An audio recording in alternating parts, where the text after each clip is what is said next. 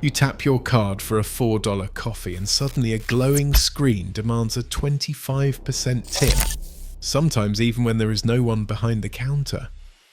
2/3 of customers say they feel pressured, but what if the real winners from all this guilt are not even the people serving you? The story behind these screens exposes a disturbing truth most people have never considered. So how did we get trapped in this system, and who really profits each time you tip? A bakery counter, a vape shop, a quick stop at the airport, everywhere you go, the same glowing touch screen waits. It does not matter if you're ordering a sandwich, a cup of drip coffee, or just buying a pack of gum. The moment you tap your card, a digital prompt flashes offering 20%, 25%, or even 30% tips, all just a tap away. A custom amount option is buried at the bottom, small and easy to miss. These screens are not just in coffee shops anymore. They have spread to dry cleaners, gas stations, stadiums, even doctors' offices. Sometimes the tip request appears before you have even received your order. At self-checkout kiosks, the prompt still appears, no staff in sight, but the machine asks for a tip anyway. The pattern is impossible to ignore. No matter the business, no matter the service, the expectation is set. A $5 latte, the screen asks for $1.50 more. A $10 sandwich suddenly shows $2.50 as the suggested thank you. The numbers are bold, the buttons are big, and the pressure is real. It is not just about restaurants anymore. Digital tipping is everywhere. For many, it has become a daily ritual, one that is hard to escape.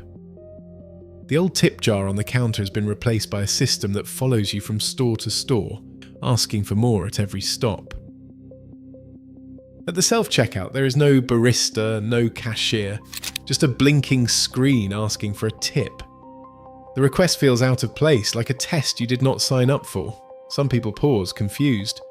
Others tap the lowest option just to move on, even if no one handed them a coffee or rang up their groceries. It is not just awkward, it is everywhere. Digital prompts now appear at unmanned kiosks in airports, stadiums and gas stations. Even when there is no one to thank, the machine asks for more.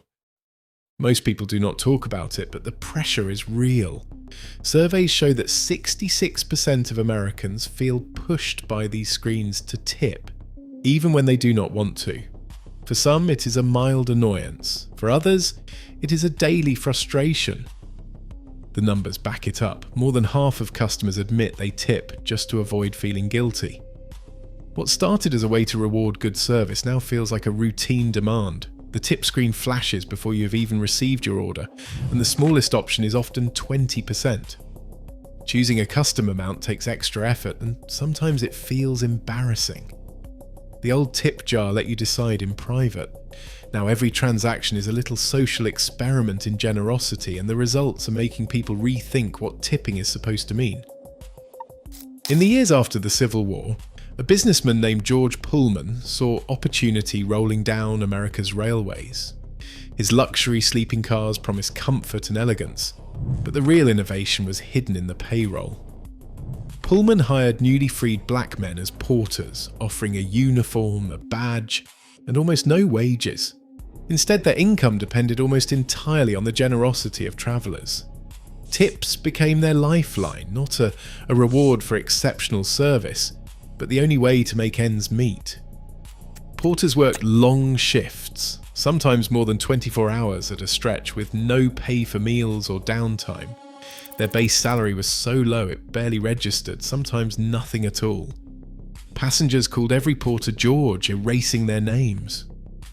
By shifting the responsibility to customers, Pullman created a system where business owners could pay less and let the public make up the difference. The blueprint for tip-dependent labour was set, not by accident but by design. That legacy still shapes how millions of workers are paid today. The federal minimum wage sits at $7.25 per hour, but for tipped workers, the law allows something very different. In most states, employers can pay as little as $2.13 per hour, counting on tips from customers to cover the rest. If those tips do not reach the minimum, the business is supposed to make up the difference. But in practice, the burden falls on workers to hope strangers fill the gap. This system, written into the 1938 Fair Labor Standards Act and frozen at $2.13 since 1996, sets the stage for everything that comes next. Payment processors like Toast, Square, and Clover have built their business models around this framework. Every time a customer adds a tip, the processor collects a fee on the entire amount, food plus tip. For a $10 sandwich with a $5 tip, the company takes its 2.5% to 3% cut from $15, not just the menu price. The more guilt the screen creates, the more money flows through the software, and the bigger the slice for the tech firms. What started as a legal loophole has become a profit engine, quietly extracting revenue from every act of generosity. Touchscreens do not just ask for tips, they shape the way people respond. The first thing that stands out is the preset options, 20%, 25%, even 30%. These are not random numbers. By putting 20% as the lowest choice, the screen quietly suggests that anything less is stingy. Psychologists call this the anchor effect.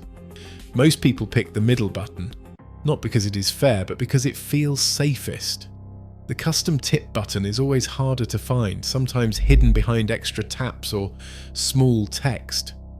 Choosing it can feel awkward, especially with staff nearby. That is not an accident. The design uses social pressure too. Bright displays face outward so everyone in line can see your choice. The person making your coffee might be watching, or at least it feels that way. Studies show people tip more when they feel observed, even if it is just a screen. Every detail, button size, button order, and colour is engineered to nudge you toward bigger tips. The result is customers pay more, not out of gratitude, but to avoid a moment of discomfort.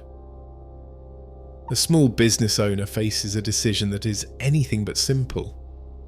Raise menu prices to pay staff a living wage, or keep prices low and rely on tips to fill the gap. Take a burger joint as an example. One option is to price the burger at $18, cover wages of $25 an hour, and risk scaring off customers with sticker shock. The other option is to list the burger for $14, pay staff less, and count on tips to make up the difference. Either way, the customer ends up spending close to $18, but the lower menu price looks like a deal until the tip screen appears. It is a choice between honesty and survival. Owners worry that if they scrap tipping and raise prices, regulars will vanish. But if they stick with the old model, their workers depend on strangers' generosity and the illusion of a cheap meal. The numbers add up, but the reality is a trap. A quick transaction at the counter doesn't have to mean automatic guilt. When the service is just handing over a bottled water or ringing up a pastry, skipping the tip is not breaking any social contract. For those who want to show appreciation without feeding the tech companies, cash is still king. Dropping $1 in the old-fashioned tip jar means the worker gets the full amount with no processing fee and no software company taking a cut. There is also a growing movement towards service-included pricing. Some restaurants now pay higher wages and ditch the tip screen entirely. The menu price is honest, the anxiety is gone, and every dollar goes where it should. Supporting these places helps push the industry toward transparency and gives customers back a sense of control over what they pay and why. Today, every tap and tip feeds a system designed for profit, not transparency. As digital tipping spreads, the line between gratitude and obligation blurs. The choice to question the prompt remains ours. In a world of engineered guilt, even small acts of awareness can change the equation.